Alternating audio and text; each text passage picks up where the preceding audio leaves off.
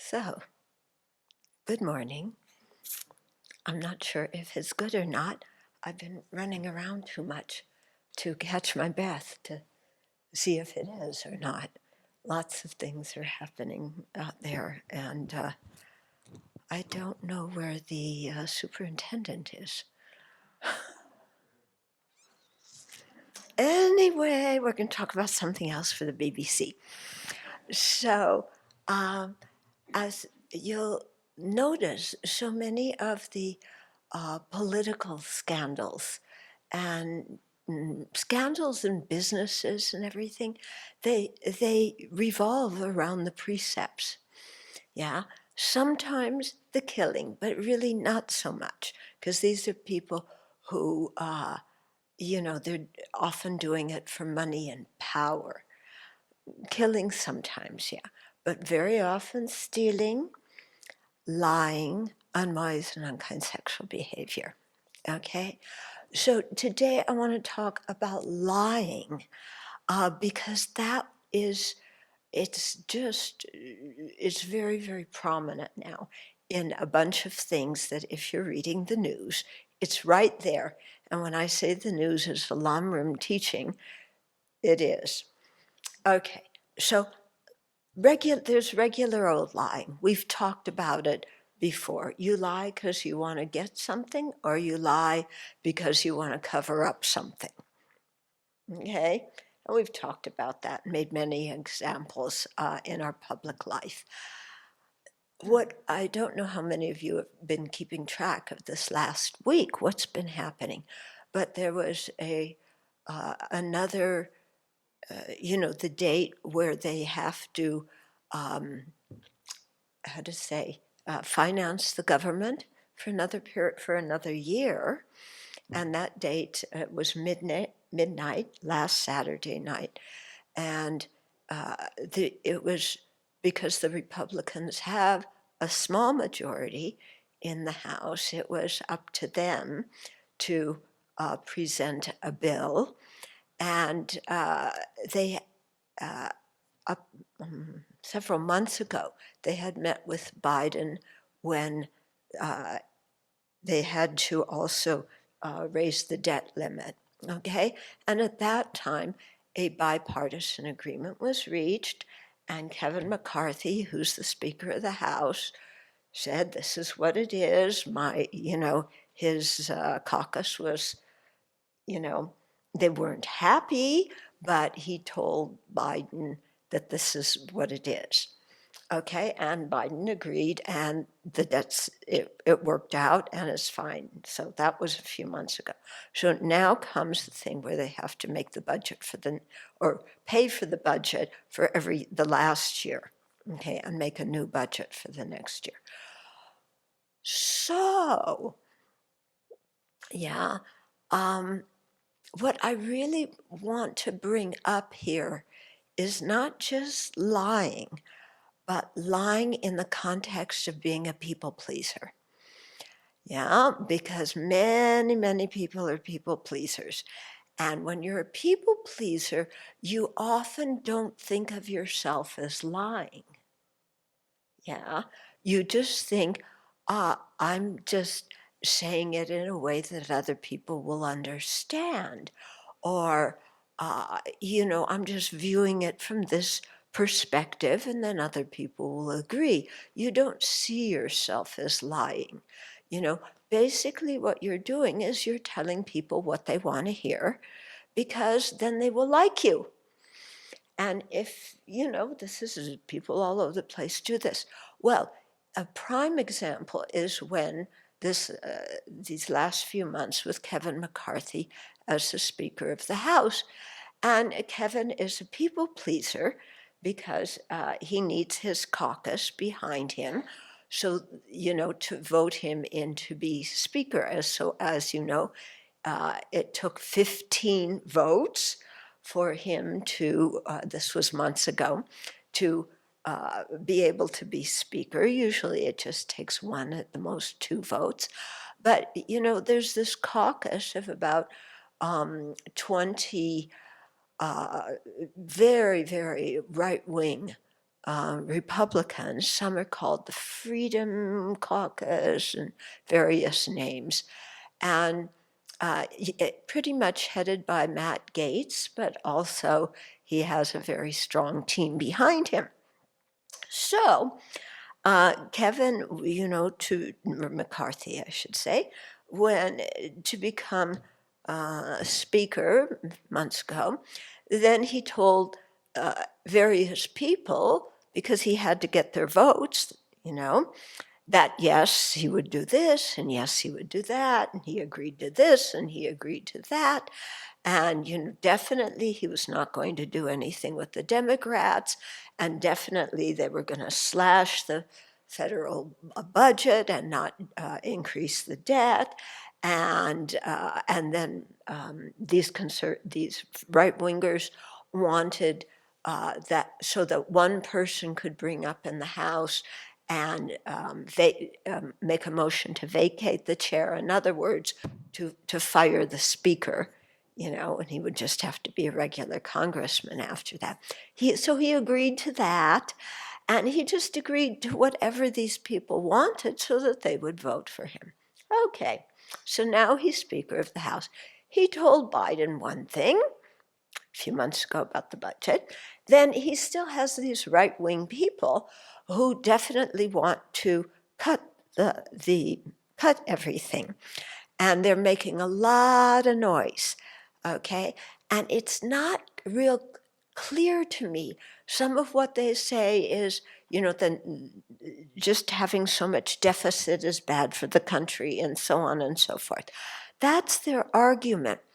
But usually how it comes out in the dialogue is we're not doing anything with the Democrats, and we're going to get our way come hell or high water.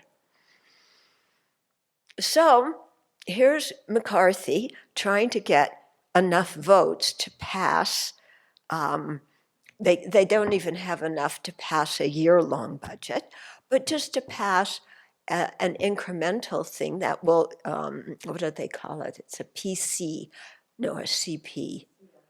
What? CR, that's it. So, it was C something. Yeah, it was C, but I didn't see. So he's trying to get them together to put something forward. And, every time he concedes to something they want, it's not good enough. So, this I find just quite amazing. Because, they're about ready to defund the government on last Saturday night. And what did they do a few days before that? Kevin McCarthy announced there was going to be an impeachment against Biden. So they started hearings. We don't have a budget. The country's going to go into, bad shape if it defaults. But what do they do? Because dear Marjorie, and a few of her friends are saying, I'm not going to vote for anything unless you impeach Biden. Of course, she had given in, called for impeaching Biden on the day he was inaugurated. She had already put that in front of the Congress. But anyway, so Kevin said, yes, we'll start an impeachment inquiry. Of course, they have zero evidence.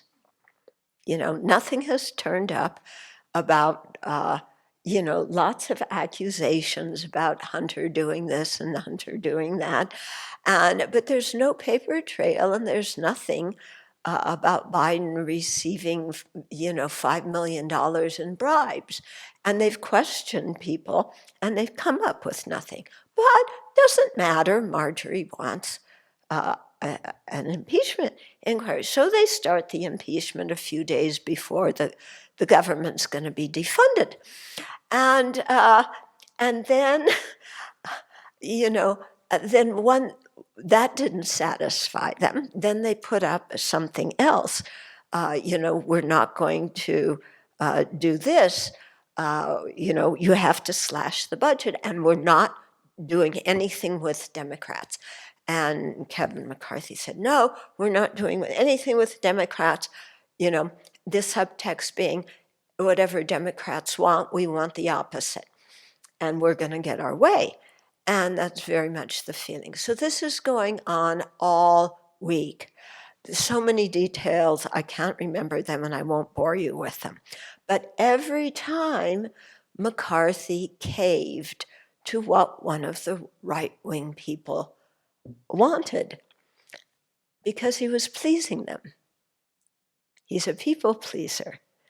And it seems like he doesn't know himself what he believes and what he wants. He's willing to say whatever anybody else wants because that will make him popular and get him what he wants. So in this BBC, I'm using McCarthy and this whole situation as an example because it's one that is in the news and we can read about now.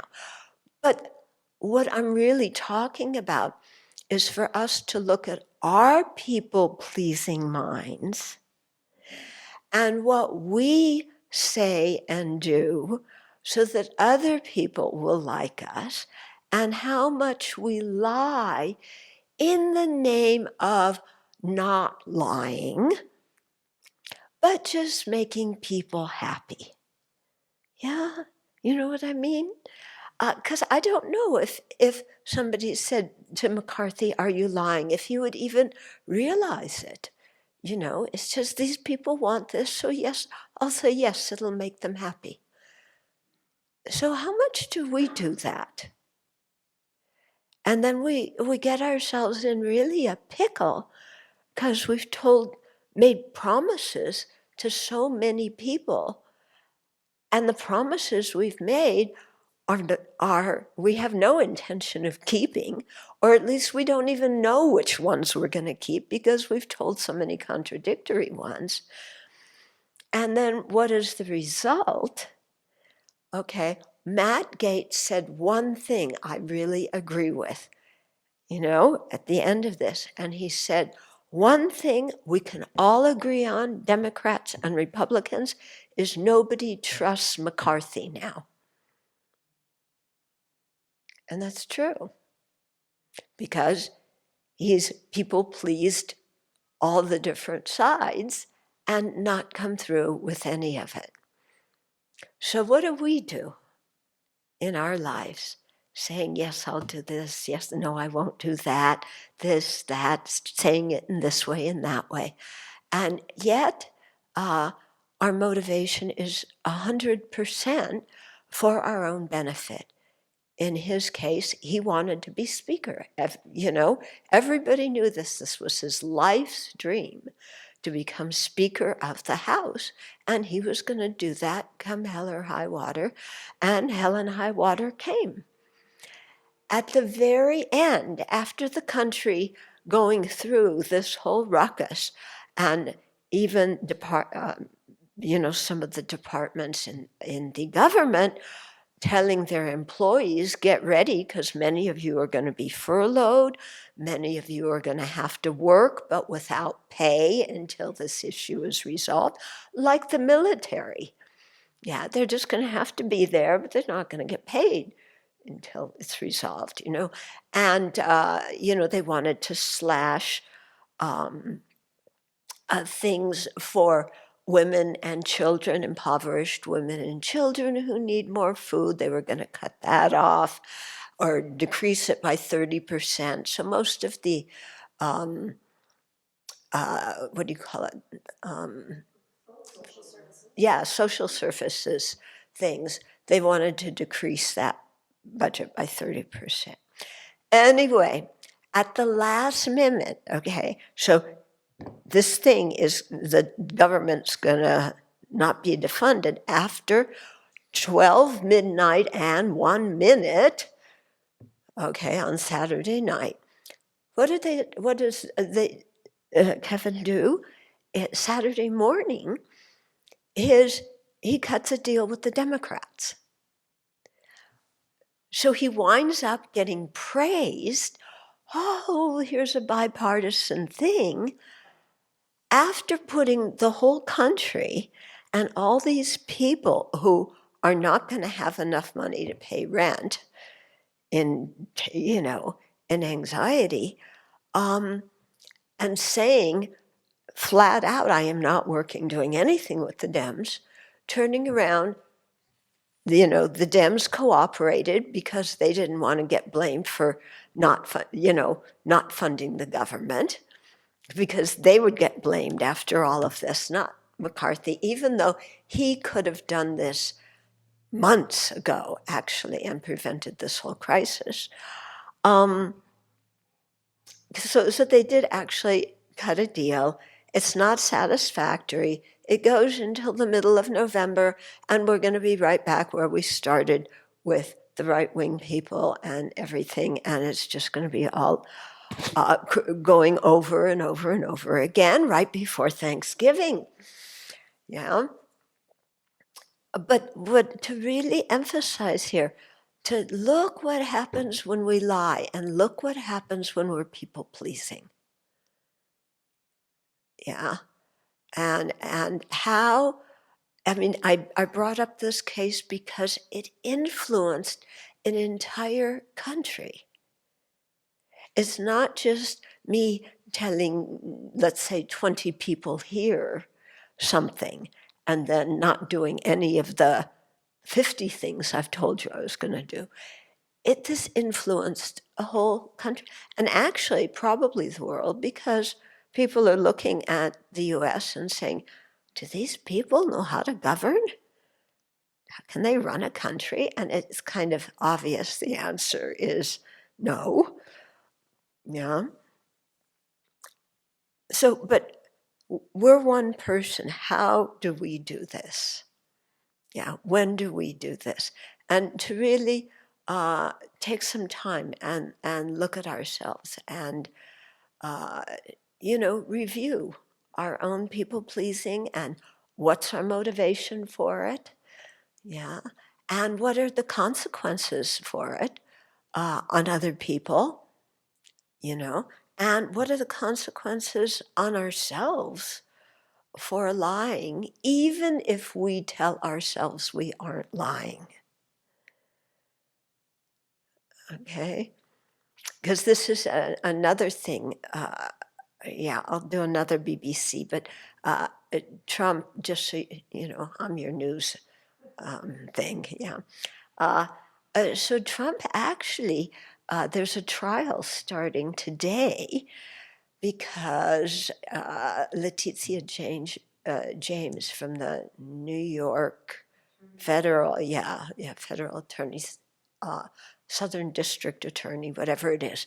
Anyway, for years she's been researching Trump defrauding people and giving false numbers, either to sell his properties for more or to get better deals, lower interest rates or whatever.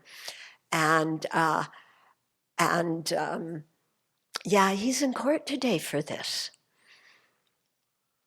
And a judge decided one part of it, because this one isn't going to a jury, it's going to a judge. He decided one part last week where he said, yes, Trump had defrauded all these people, and he called for that Trump and Don Jr. and Eric and Weisselman and some other people, they no longer have control of the company, and they have to, I don't know if it's sell it, or I don't understand this legal stuff. But anyway, wheel of sharp weapons coming around. Again, lying. Yeah. So if we look in so many of these cases, lying is the culprit, and greed is often behind it, popularity, power. So it's linked to so many different things.